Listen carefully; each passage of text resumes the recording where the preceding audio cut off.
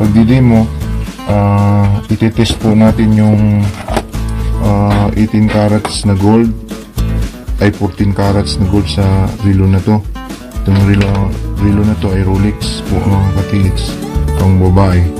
So ang naka po dito sa ring niya ay 14 carats, tapos ito ay 14 carats din po itong kanyang So itetest po natin ito kung gold talaga ito na ating i-detect doon sa lupa na ibabaon natin to. Testing natin kung didetikin ito ng ating detector. Tapos ito ring ito testing natin ito kasi gold din ito, kaya lang makapal ito na 18K na naka-plated gold field kumbaga. Pero ito pure na ito. So testing natin kung gamit itong pang testing natin na nitric acid po itong nilagay ko dito. Nitric acid pang testing po talaga ng gold at saka silver. So titesting natin sa yung gold, bubuhusan natin ng asido yung kung kukulo, ibig sabihin ito po ay hindi gold. Tapos yung iba dyan mga coins po yan ang Marcos yan nakuha natin sa ating paghahanap ng ganyan sa detector po. So testing natin dito, itong unahin natin yung gold. So yung gold, kung patakan nyo po, hindi po yan kukulo. Yung stainless hindi po kukulo yan. So testing na natin po yung ito kung kukulo o hindi. So nakita nyo po, wala pong kumulo sa pinatak natin. Yun po, delikado po kasi itong nitric acid, nakakasunog yung balat. Yan, umuusok po siya. So ibig sabihin hindi ito piki, talagang totoo yung na yan, yung relo. So gold na po yan, 14 carats po yan.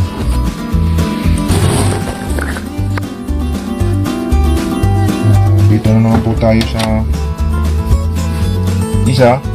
Ito, titesting natin tong copper. Copper po ito, titesting natin kung kukulo po ito. Ito po ay hindi po silver yan. Nakita nyo, kumukulo po, nakita nyo, kumukulo po yung green. Ibig sabihin copper po itong hawak natin. So parang sunog tayo ng kwan ito. Yan. Ito silver. Testing natin yung silver. Ito po silver din. So testing natin dito yung silver. Bubuhusan po natin itong silver. Itong silver dapat yung silver puputi lang o iitim lang ito pag binuhusan ng asido.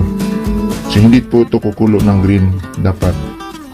So buhusan po natin ng asido, titingnan po natin yung reaksyon niya. Nakita nyo mga kababayan, iitim lang po siya. Ang ibig sabihin yan, silver po ito dahil umiitim lang. Ang silver po pag nabuhusan ng asido, iitim po talaga yan o puputi po siya. Nakita nyo yung puti, pumuti. Yan po ay silver, hindi kumukulo, umiitim lang. So silver po yan. Ito pong tatlo, silver po itong tatlo na ito. So patunay na tinisting natin, silver itong tatlo. Tapos ito po ay gold. So testing po natin i-detect ito mga kaibigan. So ating metal detector. Ito pong mga ito, piso po ito ni Marcos. Try po natin patakan kung kukulo din po ito. Ayan, kumukulo po mga kaibigan. Ibig sabihin hindi po yan ginto kasi kumukulo Ayan po, ang lakas po ng kulo, nakakaano sa baga yan. So ito po mga kababayan, mga kaibigan, mga katiit. So nakita nyo po, pumuti po yung binuhusan natin ng alcohol pa lang. parang gumanda po siya mga katiits. Hindi siya umitim. Yung kumulo po siya pagkatapos pinunasan natin, lalong kumintab. Pero hindi naman po ito ginto. Kaya ito po ay itesting nating ibaon tapos ating titester. Halika kayo, samahan nyo ako at itesting natin sa metal detector at nang malaman natin kung talagang accurate po ang ating detector sa paghahanap ng mga mabababaw na target na pwedeng mapakinabangan ng ating mga kababayan para po din sila ay makakuha ng mga ganito. So, testing po natin ito mga kaibigan. Halika kayo, samahan ninyo ako sa ito pong gagamitin nating pang-detect doon sa ibabao natin na iti-testing natin kung talagang makakakuha itong ganito na ito ang gagamitin ninyo, ganitong klase na mga metal detector na pangkuha sa mga mabababaw na nakabaon na mga gold coins, gold na mga singsing, gold na mga kwintas. Pwede po itong gagamitin, madalian yung mga maliliit na target na kung saan mabilis lang ninyong makita. So ito pong ating metal detector, sensor po ang tawag nito, smart sensor, smart. Yan. Mayroon siyang sensitivity indicator, mayroon siyang ground balance. Yung ground balance na lilipat yan sa kung non-ferrous, ibig sabihin ng non-ferrous yung mga hindi dumidikit, yung ganyan gold, silver, copper, yung mga hindi dumidikit sa magnet. Itong ferrous naman po, yan po yung mga dumidikit. Pero mas maigi kung dito na lang sa gitna, mas maganda yung sa ferrous banda yung mga dumidikit kasi i-detect niya lahat ng metal eh. Ibig sabihin lahat ng makikita niya, malakas ang signal niya. So dyan ako nagdi-detect sa may number 6 lagi. Yung number 6 kasi malakas. Pag dito kasi banda, nag-detect ang gold pero medyo mababaw, mahina yung kanyang aabutin. Kaya dito mo banda ilagay sa number 6, medyo malakas. So bago natin umpisahan yan, ang paggamit nito, i-on mo ito eh. Pagka umugong yan, pindutin mo yung ang tawag dito, reset button, marireset po yan, mawala yung ugong. So yun pong pag-on yan, tapos ground balance, i-on nyo itong ground balance. Yung ground balance yan, tapos reset button, mawala yung ugong nya. So ganyan po ang magdidetect nito. So ito po, testing po natin. Halika kayo at ating ibaon yung mga coins at saka mga gold at saka silver po na ating target. First, ang unahin po natin gold. Ibaon po natin dito yung gold. Testing natin kung i-detect siya, mga isang dangkal lang po ibaon natin para makita natin kung didetectin ng ating detector. So baon po natin to, try natin kung madetect yan. Kahit mga isang dangkal pwede nang ibaon.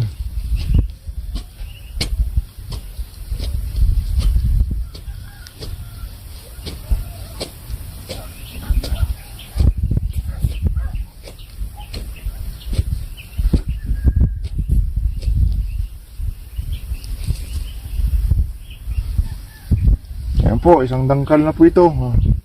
Isang dangkal na po siya. So pwede na nating ibaon tong ating gold. Lagay natin dito. Tapos i-detect natin doon sa ating metal detector. Ilagay po natin. Yan. Tapos tabunan po natin ulit. Yan. Ngayon, subukan natin na i-detect kung madidetect ng ating metal detector. Ilayo po natin ito. So ayan, i-try na po natin i-detect yun. Hanapin natin kung makita ng ating metal detector. I-on natin yung metal detector natin. Yan. Naka-on na po siya. Ground balance, i-on din po natin yung ground balance. Yan. Tapos i-volume natin, siyempre adjust natin yung tuning niya, yung pampalakas ng higop niya sa ilalim. Ayan. Pag umugong, pindutin nyo lang yung reset para mawala yung ugong niya. Yan. So, yan po. Malakas po kasi ang signal dito. Yan po. So, try natin hanapin yung ating binaon.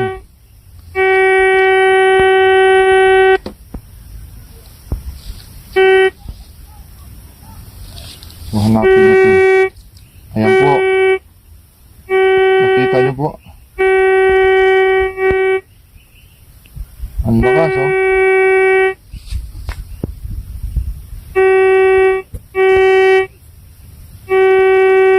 Ayan. Nakita nyo po yung pinagbaunan natin. Pinagbaunan natin na didetect niya. Ayan po. So, ibig sabihin, nadidetect po niya yung gold po na nilagay natin sa ilalim. Ayan. So, kung nahulog po yan at nakita ninyo yan, yan po ay sure ball makukuha ninyo. Yan. So,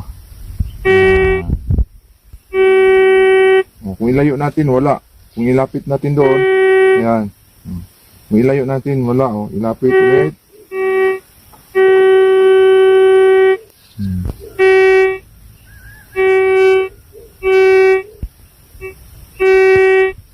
So, gold po yun mga kaibigan. So, yun po ang magditik ng gold. Try nating hukayin kung nandun pa yung binaon natin. So, naditik mga kaibigan yung ating binaon na gold. Atin naman testingan yung iba. So, nandito po siya. Oh. Yung binaon natin na ditik ng ating metal detector. So, ito po yung naditik doon sa ilalim, naditik ng ating metal detector. So, try po natin yung iba, yung ibang kuan. Try natin yung ibang.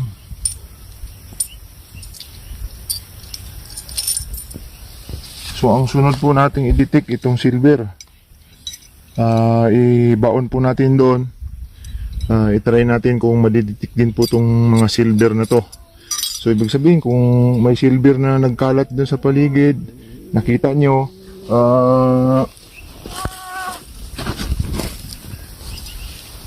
so, ito po, ibaon na po natin, try natin. Nakabaon na po. Ito muna natin. Isang dangkal din po yan. Kahit na medyo malalim-lalim, maabot pa rin yan. Dahil malakas ang signal ng mga ganyan. So, tingnan natin mga kababayan, mga kaibigan, mga katrits, yung ibinaon natin kung talagang madidetect nitong ating malaking gadgets nito. So, try lang natin kung kaya. So, i-on natin ulit. Yan.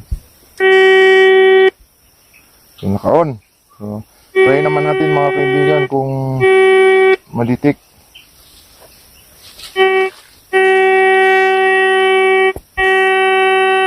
Yan, napakalakas po mga kaibigan, no? Sabihin, na-detect na yun, no? Silver po yan mga kababayan. Oh.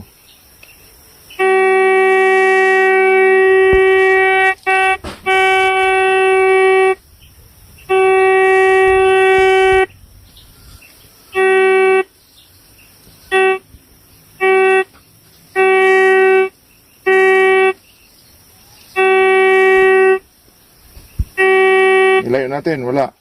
Iwalapit natin, meron. No?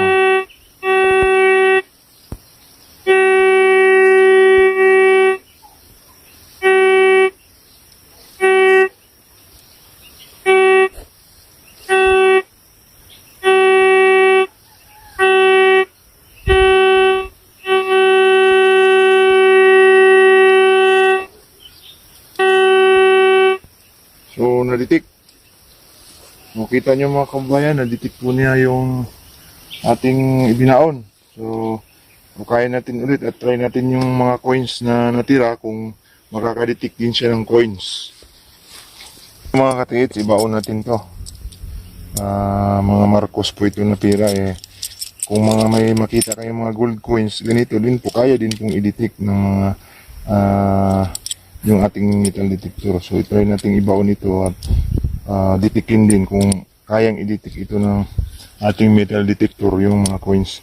So nakakatuwa po makakakita tayo ng mga coins, mga gold coins, mga silver coins, mga kung ano-ano sa mababaw lang na medyo madali na hindi tayo mahihirapan sa paghuhukay. So try natin yung ibaon. Ibaon natin yan. Isang dangkal na halos yan. Pero nababaw na kasi natabunan. Tabunan natin ulit. Yung kahit na mga kuwan yan, 4 feet. Abot yung ating detector sa 4 feet. Hanggang 4 feet, 4 to 5 feet po ang pinakamalakas na target niyan eh. So yun po, nabaon na po natin. I-detect na po natin. Ayan, i-detect na po natin yung coins na nakabaon dyan. Yung ginawa natin na coins. So i-testing po natin ulit kung i-detect din po nitong ating metal detector. So i-on natin to. Ayan, nakauna po. Kahit di na ako mag-ground balance kasi coins naman yan. So try natin na i-detect kung madidetect siya. Ayan. Nadidetect po mga kaibigan, no? May bakal din po dyan. Dito sa kabila, oh. Ayan. Ayan.